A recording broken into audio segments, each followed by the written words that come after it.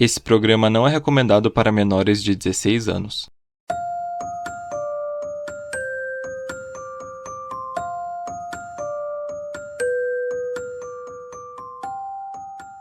Boa noite, detetives. Eu sou Rodolfo e essa semana estamos aqui reunidos para entrar em mais um caso. Um corpo em uma caixa d'água, um vídeo bizarro, um hotel com histórico de mistérios e muitas teorias. A morte da estudante Elisa Lam chamou a atenção da internet, criando uma grande comunidade que tenta descobrir até hoje o que aconteceu com ela. Hoje vamos falar sobre Elisa Lam e o misterioso Hotel Cecil.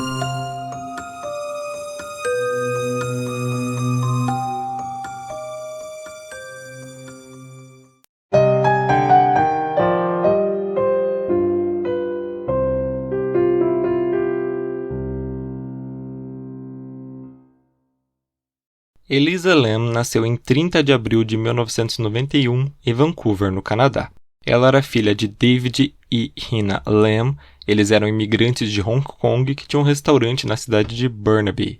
Ela também tinha uma irmã chamada Sarah e ela estudava na University of British Columbia. A Elisa era bem ativa quando o assunto era escrever na internet. Ela tinha um blog chamado Etherfields, no qual ela detalhava sua luta contra sentimentos depressivos.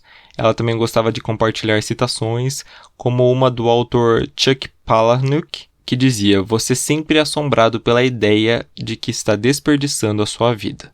Depois de um tempo, ela migrou seu blog para um Tumblr chamado Nouvelle Nouvelle, onde compartilhava fotos e gifs de coisas que ela gostava, como música e moda. Nessa época, ela foi diagnosticada com um transtorno bipolar, e ela falava abertamente sobre como era difícil lidar com a doença, tomar as medicações e enfrentar o preconceito e também a estigmatização.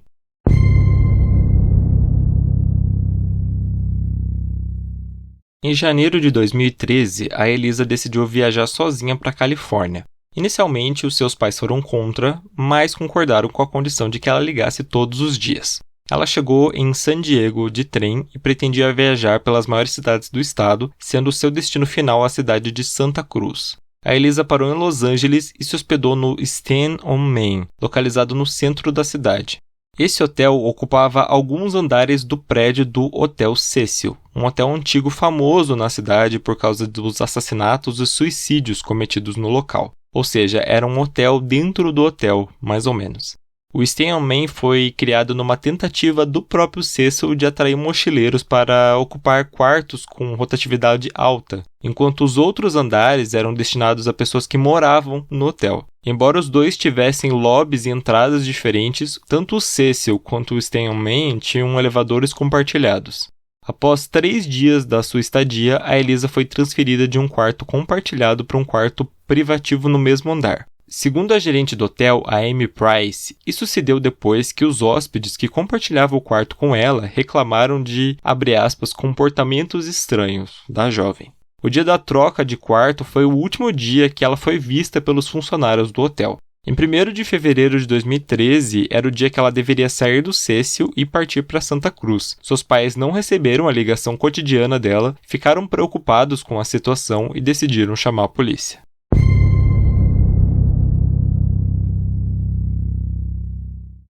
Os pais da Elisa pegaram o primeiro voo que puderam para Los Angeles para acompanhar as buscas. A polícia interrogou os funcionários do hotel que viram Elisa e eles confirmaram que ela sempre estava sozinha. Todos os seus pertences, incluindo a carteira e a identidade dela, ainda estavam no quarto.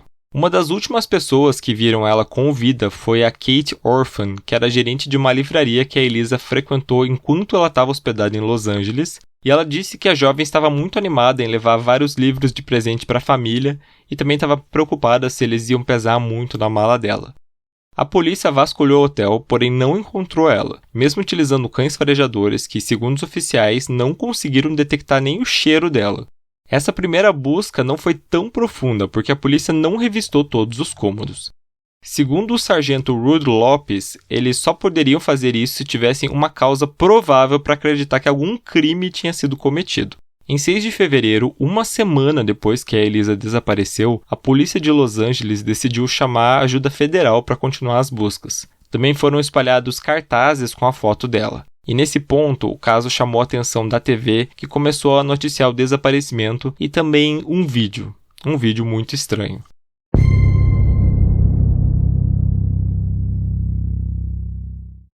No dia 13 de fevereiro, algumas fontes dizem dia 15, a polícia de Los Angeles divulgou um vídeo da última aparição conhecida da Elisa. Era da câmera de segurança de um dos elevadores do hotel e mostrava a jovem apresentando um comportamento muito estranho. Ela parecia falar sozinha, ela gesticulava de uma forma meio anormal, com os braços mexendo. Além disso, ela pressionava todos os botões, porém a porta do elevador continuava aberta. E as portas só fecharam depois que ela deixou o elevador. O vídeo atraiu atenção mundial. No site chinês Youku, uma espécie de YouTube próprio do país, foram mais de 3 milhões de visualizações e 40 mil comentários só nos primeiros 10 dias. O vídeo também parou no próprio YouTube, em alguns fóruns como o Reddit, em que os internautas compartilhavam suas teorias sobre o estranho comportamento da Elisa nas filmagens. Alguns internautas argumentavam que o vídeo tinha sido adulterado pela polícia ou pelo hotel antes dele se tornar público. Além de obscurecer o carimbo de data e também de hora, alguns quadros pareciam desacelerados de propósito e havia quase 1 minuto de filmagens faltando. No dia 19 de fevereiro, os hóspedes do Cecil começaram a reclamar da baixa pressão da água nas torneiras, além de relatar que ela estava com uma tonalidade escura e com um gosto muito esquisito. O responsável pela manutenção, o Santiago Lopes, decidiu investigar os 4 tanques de água no telhado e percebeu que a escotilha estava aberta. E ao examinar mais de perto, ele viu o corpo flutuando dentro de uma das cisternas. Ele chamou a polícia, que confirmou que se tratava da Elisa.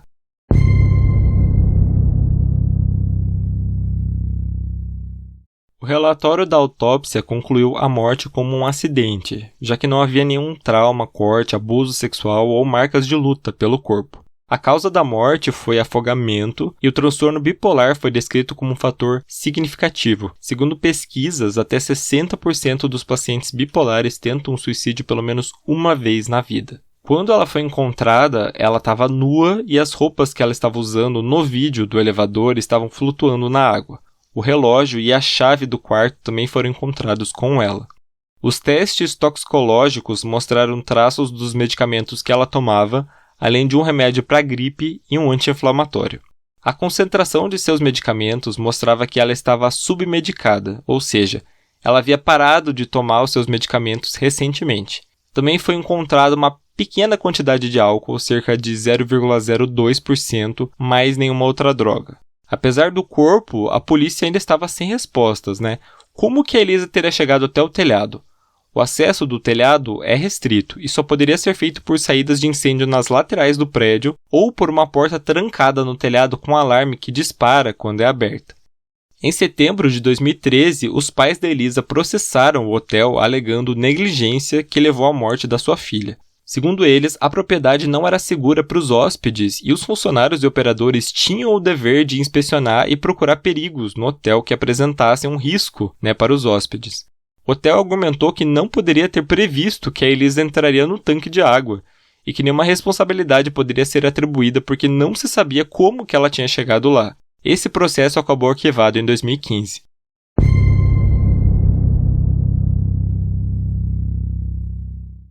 Todas as circunstâncias da morte da Elisa chamaram a atenção porque eram muito parecidos com um filme, o filme Água Negra, um terror coreano de 2002, que teve um remake americano de 2005. No filme, mãe e filha se mudam para um apartamento bem antigo e começam a presenciar fenômenos estranhos, como água escura jorrando das torneiras. E quando vão investigar a caixa de água do telhado, eles descobrem o corpo de uma garota que havia sido dada como desaparecida 1 ano antes. O próprio Hotel Cecil tem um grande histórico de assassinatos e de suicídios. O primeiro deles foi em 1927, quando um homem chamado Percy Ormond Cook, de 52 anos, deu um tiro na cabeça dentro do seu quarto no hotel após não conseguir se reconciliar com sua esposa, que tinha levado seu filho embora. O Los Angeles Times relatou que ele foi levado às pressas para o hospital, porém morreu na mesma noite. Esse só foi o primeiro de pelo menos 13 suicídios que aconteceram no hotel. O pesquisador Hadley Meares também ligou o Cecil a outro caso bem famoso, Segundo ele, a Elizabeth Short, apelidada de Dália Negra, que é um caso que já me pediram e que eu vou trazer para vocês quando eu conseguir, teria sido vista bebendo no bar do Cecil nos dias anteriores ao seu assassinato em 1947. Essa afirmação, porém, é muito debatida pela comunidade e não se tem consenso se ela é real ou não. Em 1964, uma operadora de telemarketing aposentada chamada Goldie Osgood foi encontrada morta no seu quarto. Os relatórios concluíram que ela foi estuprada, esfaqueada e espancada até a morte. O caso chocou os funcionários do Cecil, já que a Goldie era uma residente fixa e era muito querida por todos. Um homem chamado Jacques Ellinger foi acusado do assassinato, porém foi inocentado como suspeito e esse caso até hoje permanece sem solução. O hotel também abrigou 2 serial killers. Na década de 80, o Richard Ramirez, também conhecido como Night Stalker, ficou hospedado no local por algumas semanas. O Ramirez teve 15 vítimas conhecidas, além de outras tentativas de homicídio, acusações de agressão sexual e de roubo. O outro assassino em série, o austríaco Jack Unterweger, ficou no Cecil em 1991 com a ideia de copiar os crimes do Ramirez. Enquanto estava lá, ele estrangulou e matou pelo menos 3 prostitutas.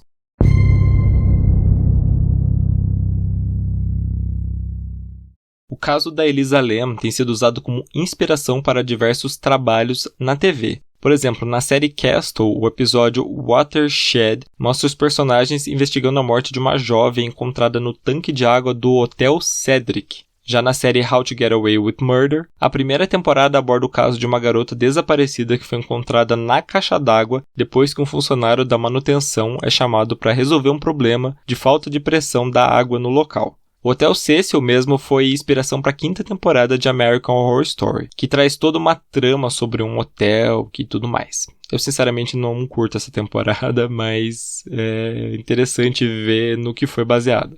Em fevereiro de 2021, a Netflix anunciou uma série documental chamada Crime Scene: The Vanish at the Cecil Hotel, investigando a história do Cecil e a morte da Elisa Lam. O documentário conta com diversos depoimentos importantes, como a da gerente Amy Price e do Santiago Lopes, que foi o zelador que encontrou o corpo. O documentário quebra diversas teorias da conspiração e informações falsas também, como uma informação de que a tampa da caixa estaria fechada, quando na verdade ela estava aberta, quando o corpo foi encontrado. O documentário também mostra diversas teorias da conspiração e investigação feitas por não profissionais e que contribuem ainda mais para os mistérios em volta do caso. Uma das teorias, talvez mais absurdas, é de que a Elisa seria uma agente do governo usada como arma biológica para espalhar tuberculose entre os sem-tetos da região, já que o local, onde o Cecil fica, é conhecida por abrigar muitos moradores de rua. A doença realmente estava se espalhando entre os locais naquela época, e uma evidência, entre aspas, dessa teoria é de que o teste para diagnosticar a tuberculose se chama Lam-Elisa, e a jovem então teria sido morta porque ela sabia demais o que ela estava fazendo. Mas isso não faz nenhum sentido. Mas afinal de contas, então o que aconteceu com a Elisa Lam? A principal teoria é de que a jovem, devido à falta de medicamentos, acabou desenvolvendo um quadro psicótico, que explicaria o seu comportamento estranho no vídeo. De alguma forma, a Elisa chegou no telhado, pulou ou acidentalmente mesmo caiu dentro da caixa d'água e não conseguiu sair. No fim das contas, o caso da Elisa Lam é um triste final para uma garota que era muito inteligente, muito sonhadora e também muito batalhadora, que lutava contra uma doença debilitante e que exige muito de quem ela atinge.